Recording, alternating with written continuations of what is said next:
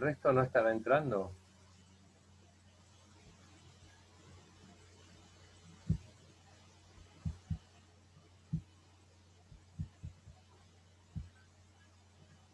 Silvio, tardé en conectarme porque tuve problemas técnicos. La verdad es un caos esta computadora.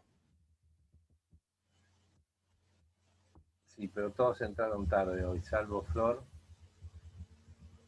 Y esto hay que resolverlo antes de la clase, no pueden estar encima. Tuve clases a la tarde y anduvo todo perfecto. Cuando me quise conectar 6:20 colapsó toda la computadora. Pero no es 6:20, tenés que hacerlo antes. Además recordá, porque estamos trabajando con Zoom, porque el Blackboard nos está trayendo problemas.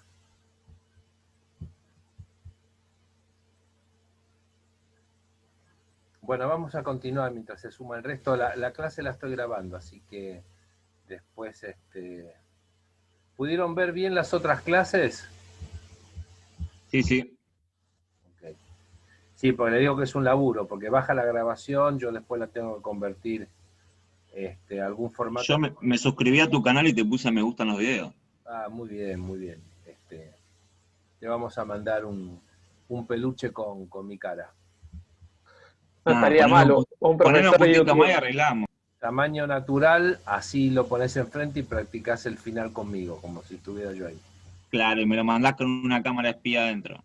No, no hace falta. Vos sabés que es, la sensación de vigilancia es más fuerte que la vigilancia misma, dicen. Claro, sí, sí. Bueno, continuamos, porque corre el tiempo es tirano, como dicen en la televisión. En enero del 2015, con dinero obtenido por la cesión del Fondo de Comercio de la Panadería, hace un largo viaje de turismo.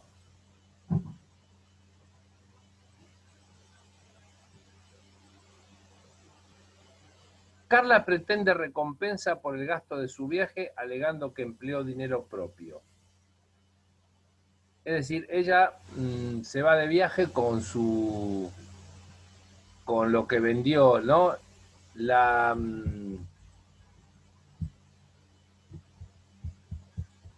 la primera pregunta que nos tenemos que hacer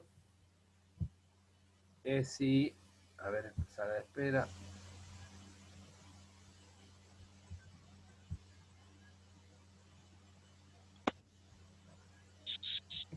La primera pregunta que nos tenemos que hacer es si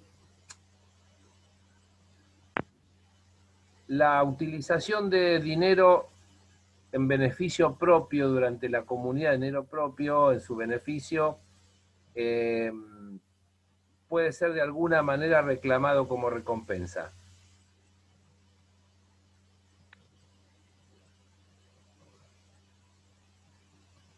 Si gastás dinero propio en beneficio propio, profe, Claro, no, no debería ser reclamado como recompensa.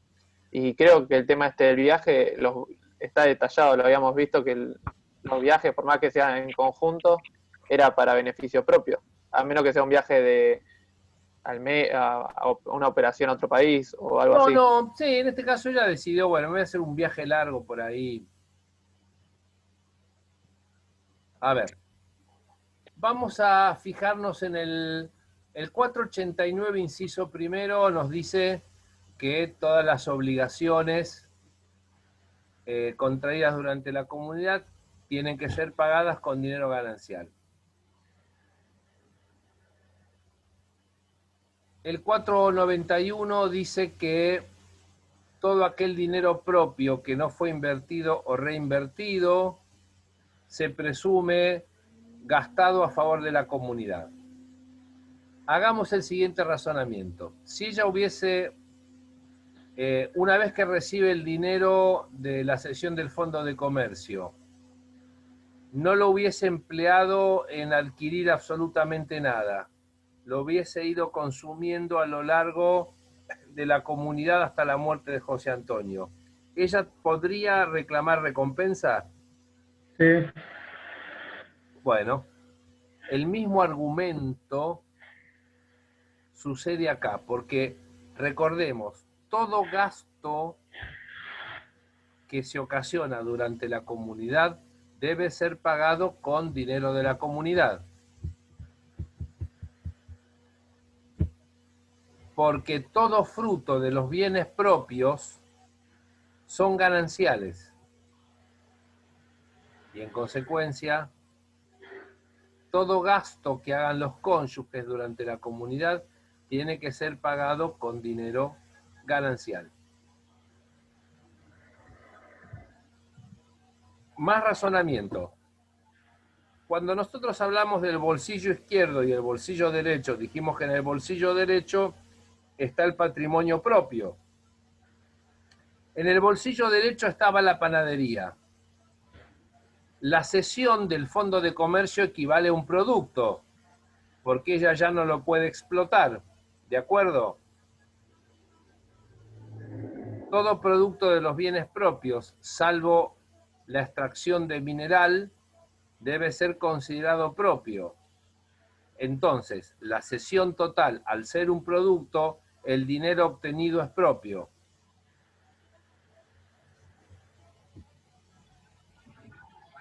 En consecuencia,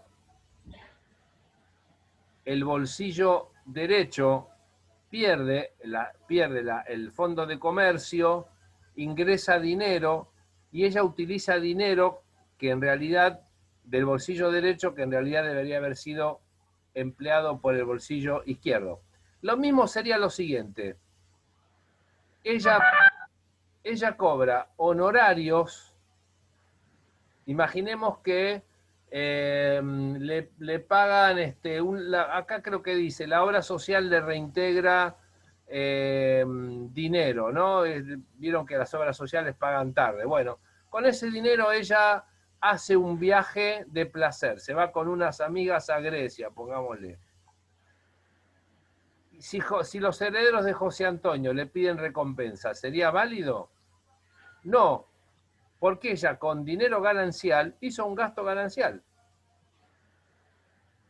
por más que haya sido en su beneficio.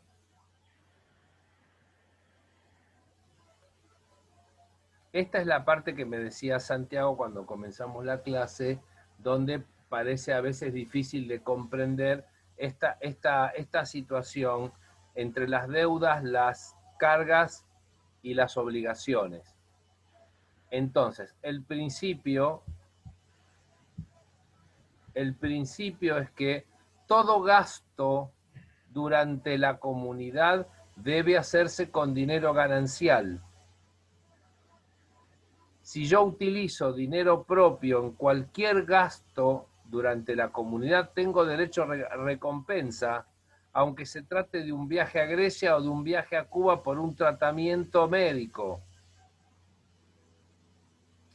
¿Dónde estaría la diferencia? Si Carla no paga parte del viaje, que es un viaje de placer, los acreedores solamente pueden cobrarle a ella. Ahora, si Carla se hubiese ido a Cuba a hacerse un tratamiento de salud imprescindible, el tercero podría accionar contra José Antonio, argumentando que se trata de una necesidad del hogar. La única dificultad interpretativa que yo entiendo, esto entre nosotros, es la idea de necesidades ordinarias del hogar. Porque uno podría decir que un viaje a Cuba por un tratamiento que lo dan justamente en Cuba para mejorar la cuestión de salud, sería una necesidad extraordinaria del hogar.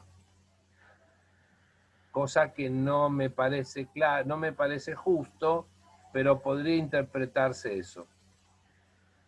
A mi juicio, todo gasto de salud ordinario o extraordinario, sea un tratamiento odontológico, como por ejemplo el trasplante de médula ósea que debe hacerse en Estados Unidos, como ocurre en algunas situaciones, es una necesidad del hogar y los terceros, los acreedores, pueden demandar al cónyuge que contrajo la deuda, al que contrajo la deuda o a su cónyuge.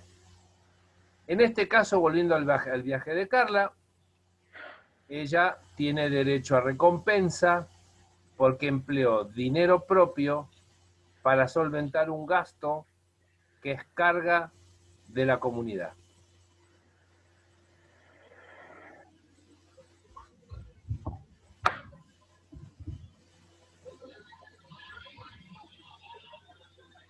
En marzo del 2017, el abogado de José Antonio intima a Carla el pago de los honorarios regulados por el patrocinio en el juicio civil, pues su marido no tiene el dinero necesario. Recordemos que José Antonio había ganado un juicio, pero parece que se gastó toda la plata antes. La cuestión es que él tiene gastos con el abogado. ¿Puede el abogado reclamarle a Carla? No, No. no porque era propio eso. El dinero obtenido por la indemnización era propio. Sí, sí, no. Más allá de la conclusión de que el dinero, que buena parte del dinero era propio porque había daño físico y daño moral, lo cierto es que es una típica deuda del 467 en primera parte, ¿no?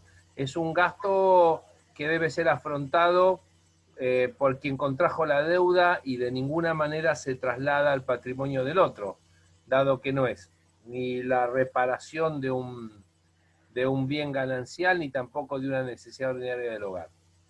En consecuencia, ella rechaza el pedido del abogado, alegando justamente que no entra dentro de ninguna de las excepciones que el Código Civil y Comercial establece.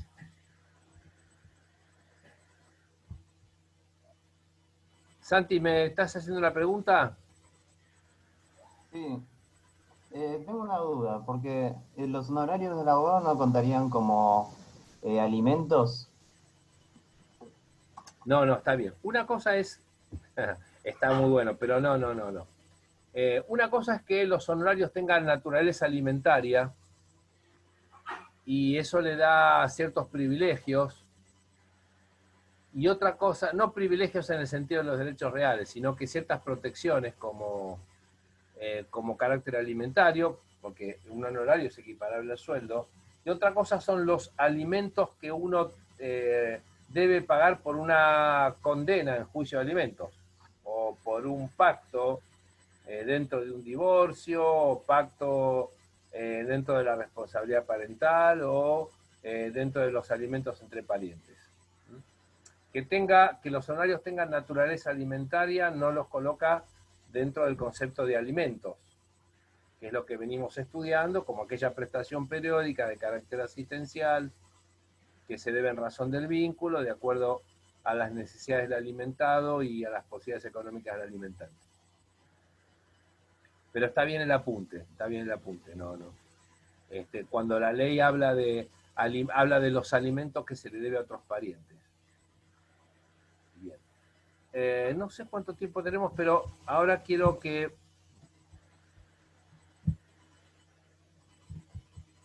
veamos por lo menos los primeros puntos de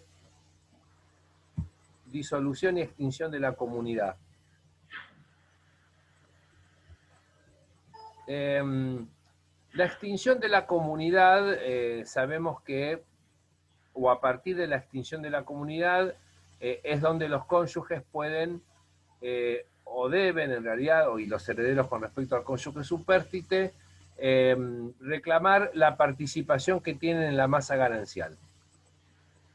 Pero la extinción de la comunidad es un proceso, no es un evento que ocurre y se agota en sí mismo, sino que nosotros tenemos que llevar adelante un proceso con distintas operaciones. Recordemos, por ejemplo, que en el divorcio, en el convenio regulador, hay que hacer una propuesta de liquidación de bienes.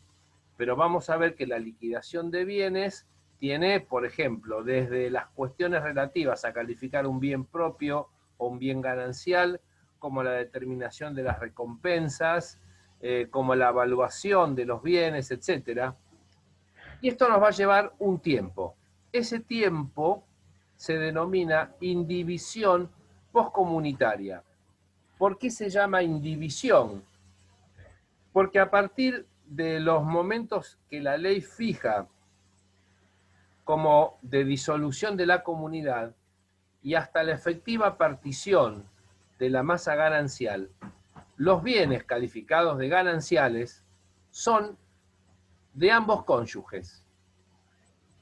Ya desaparece el 470 en cuanto a la gestión independiente de cada cónyuge de sus bienes gananciales. Acá la masa de bienes gananciales ahora es de cotitularidad de ambos cónyuges o excónyuges hasta tanto se liquide efectivamente la comunidad y se repartan los bienes. ¿Cuáles son los casos que el código determina como, o las causales por las cuales la comunidad se extingue? Bueno, muerte comprobada o presunta de los cónyuges, anulación del matrimonio cuando hay buena fe de ambos o de uno, el divorcio, la separación judicial de bienes, y recuerden ustedes que la ley permite modificar el régimen de bienes. Nosotros podemos originariamente comenzar el matrimonio con el régimen de comunidad y al año podemos cambiar al régimen de separación de bienes y en ese caso tenemos que proceder a la liquidación de la comunidad. Cuando hay muerte o muerte presunta, y en la muerte presunta se establece la fecha probable de muerte y ocurre el periodo de prenotación, la liquidación de la comunidad se hace dentro del propio sucesorio. ¿Qué es la separación judicial de bienes? La separación judicial de bienes es un procedimiento que la ley le permite llevar adelante a aquel cónyuge que tiene riesgo cierto de perder su derecho de participación en la futura división de la comunidad. La comunidad no es eterna, se disolverá por divorcio o por muerte, pero alguna vez se va a disolver. La característica de la separación judicial de bienes es que termina con la comunidad, pero no acaba el matrimonio. En estos casos las personas siguen casadas, pero se va a aplicar el régimen de separación de bienes que está previsto como régimen alternativo en el Código Civil y Comercial. ¿Cuáles son las situaciones a través de las cuales un cónyuge puede pedir esta separación judicial de bienes? Bien, la mala administración, cuando por ejemplo un cónyuge es pródigo, ¿sí? Y hace gastos de manera casi compulsiva, compromete su patrimonio asumiendo deudas que le pueden generar una disminución importante de su caudal económico por ejecución de acreedores. En ese caso, el otro cónyuge, frente a esta situación y el riesgo cierto de perder su derecho de gananciales, se le permite iniciar la demanda de separación judicial de bienes. Una subespecie de mala administración es la declaración de concurso preventivo o de quiebra. Ya en este caso, no solo se trata de que el cónyuge que pide la separación judicial de bienes pueda perder su eventual derecho de participación en los gananciales del otro, sino que además sus propios gananciales van a tener que ser compartidos con el quebrado o el concursado, porque esto va a formar parte de la prenda de los acreedores. La solución del concurso preventivo fue oportunamente criticada por la doctrina porque ya estaba previsto en 1296 del Código Civil. Porque el concurso preventivo hasta incluso se puede interpretar como un acto de administración o de conservación, dado que yo pido el concurso preventivo cuando mi pasivo supera al activo y para no perder justamente parte del patrimonio e inclusive algún salvataje de la empresa, yo pido el concurso, por eso se llama preventivo, ¿no? Para llegar a un acuerdo y poder evitar la completa desaparición de mi patrimonio o de mi emprendimiento económico. La quiebra ya es diferente, ¿no? Ya estamos en la quiebra, estamos hablando directamente del fallido, de alguien que ya no puede afrontar de ninguna manera y bajo ningún procedimiento el pasivo que soporta su patrimonio. Y en ese caso, además, la quiebra, recuerden ustedes que implica el desapoderamiento de los bienes del deudor a favor de la masa concursal. La separación de hechos sin voluntad de unirse también es una causa de separación judicial de bienes. Oportunamente el Código Civil hablaba de el abandono de hecho. Una consulta, Elio. Sí, te escucho, Esteban. Decime. ¿La separación judicial de bienes se puede hacer aún presentando quiebra? Claro, pero recuerden que esta acción solamente la lleva adelante el cónyuge no fallido. Sí, no, está bien, pero se ponen de acuerdo y hacen la separación de bienes para que los deudores vayan nada más que por la masa del cónyuge acreedor. No, está bien. Los acreedores van sobre todos los bienes del fallido, sean propios o gananciales. ¿Sí? Ahora, el 50% de gananciales del cónyuge no fallido le corresponden al fallido. Sí. Lo que hace en su momento el cónyuge no fallido es cortar la ganancialidad para seguir compartiendo los frutos de sus bienes con el concurso de acreedores. ¿Entendés? Yo pensé que no se podía eso. ¿Se puede entonces hacer? Mira. Sí, claro. No, porque claro, pero ¿quién lo pide? Solamente el cónyuge no fallido. O sea, el que no tiene ningún problema. Por más que ya haya habido una inhibición de bienes, es lo mismo, igual lo puede hacer. No, pero no está inhibido los bienes del propio cónyuge, del cónyuge no deudor. A ver si nos entendemos. No, porque como es ganancial, pensé que iba la masa era completa.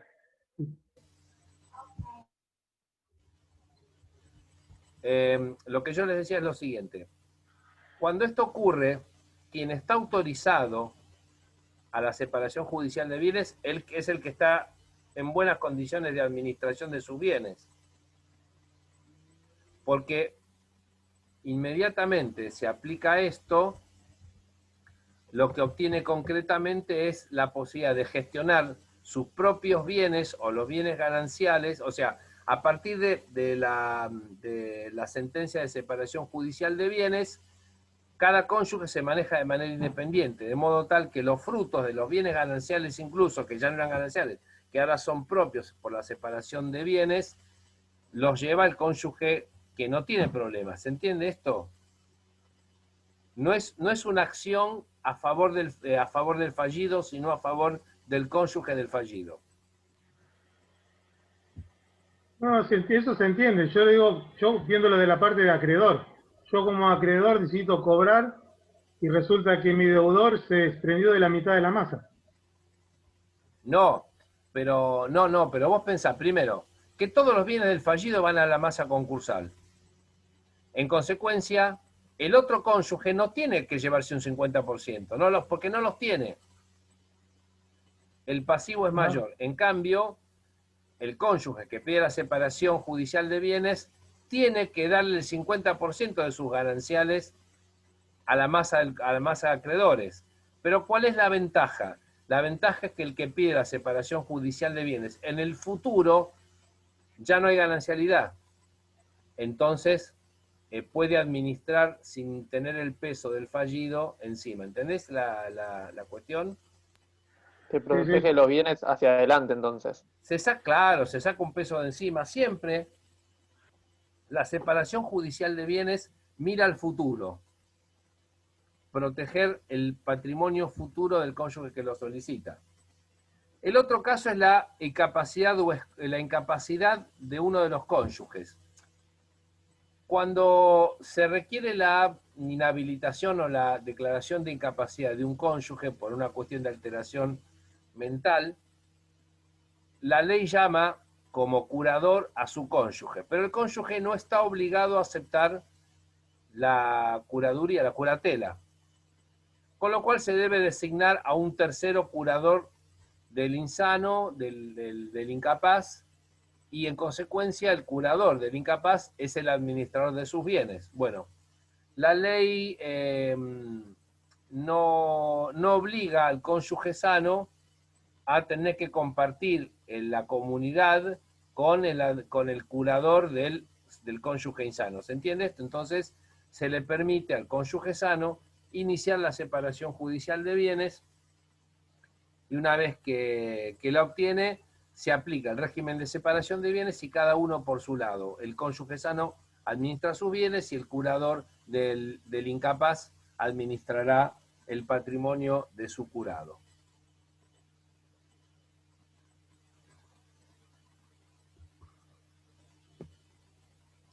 ¿Cuándo opera la extinción de la comunidad? Bueno, por supuesto que en los casos de muerte, a la fecha de la muerte real o a la fecha donde se establece la muerte presunta.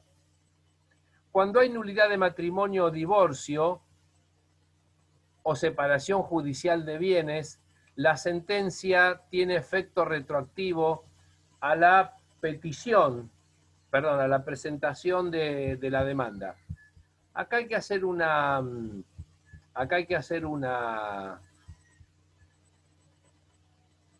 aclaración, porque estos artículos 489, 477, 478, etcétera, son artículos que venían en el proyecto de código del 2001, que estaba coordinado con un sistema de divorcio de causas subjetivas y objetivas. Por eso se habla de separación de hechos sin voluntad de unirse. Ya no existe más esto. El sistema de divorcio que tenemos nosotros ahora, que ya lo conocemos, responde al trabajo de comisión del Código Civil y Comercial, pero no al proyecto anterior del 2001. Por eso aparece una terminología que responde más bien al divorcio del sistema anterior. Lo claro es que la sentencia que declara el divorcio o la nulidad del matrimonio o la separación judicial de bienes tiene efecto retroactivo a la notificación de la demanda o de la petición de divorcio. Pero también la ley establece que si los cónyuges se separaron de hecho, tanto sea con una situación de nulidad como una situación de divorcio, la sentencia se retrotrae al día de esa separación. Es decir, imaginemos que José Antonio y Carla hubiesen seguido, que no se hubiese muerto José Antonio, pero ellos se separaron de hecho en el 2018. Bueno, entre la fecha de separación de hecho hasta la sentencia no existe ganancialidad.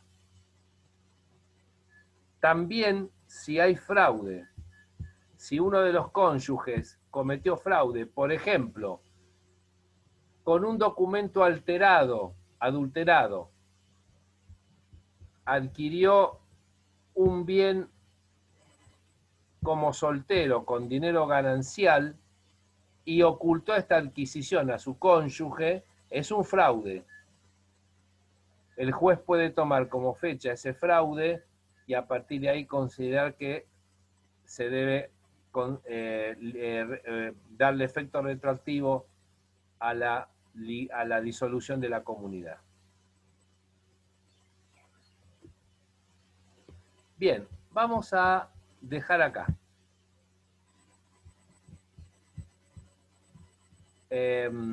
Lo que viene es todo el proceso de división postcomunitaria, liquidación y partición de la comunidad, pero prefiero que lo tratemos con más detenimiento. Lo que yo les pido es que vayan anotando las dudas. Recuerden que la clase que viene tenemos jueves y el sábado es el parcial. ¿De acuerdo? Entonces, anoten todas las dudas, haremos otros ejercicios si quieren, quizás hagamos un Kahoot para repasar los aspectos de calificación, etcétera. ¿Sí? ¿Les parece? Cualquier duda me escriben. nos volvemos a reunir por Zoom, perdón, por Blackboard, como hicimos hoy, y les paso la dirección del Zoom y seguimos por Zoom como venimos haciendo. ¿Alguna pregunta, alguna duda? ¿El parcial va a incluir jurisprudencia? pasos? No, mira, el parcial es bastante lineal. No, los casos que vimos son ciertamente complejos para que nosotros vayamos pensando, etcétera, pero va a ser muy, muy lineal. Calificar, ver recompensa, fijar si el acreedor le puede reclamar a fulano o mengano. Posiblemente sea un caso de divorcio y un caso de disolución de unión convivencial con un pacto. No tengo ahí, pero siempre va a ser las mismas operaciones, porque lo que estamos viendo ahora también se aplica a la unión convivencial cuando hubo un pacto de regirse por la comunidad de bienes. Pero es muy lineal, muy lineal. Así que no debería tener problema. Una unión convivencial registrada tiene que ser. Claro, pero el caso mismo lo va a decir. Se registró y se hizo un pacto convivencial donde se acordó que se iba a aplicar el régimen de... Es lo mismo, exactamente lo mismo. ¿Y entonces cuál es la idea? Sí, es lo mismo. Se llama variación. O sea, también. uno me tocó divorcio, me tocó unión convivencial. Para complicarla un poquito. ¿Cómo? Para complicarla un poquito nada más.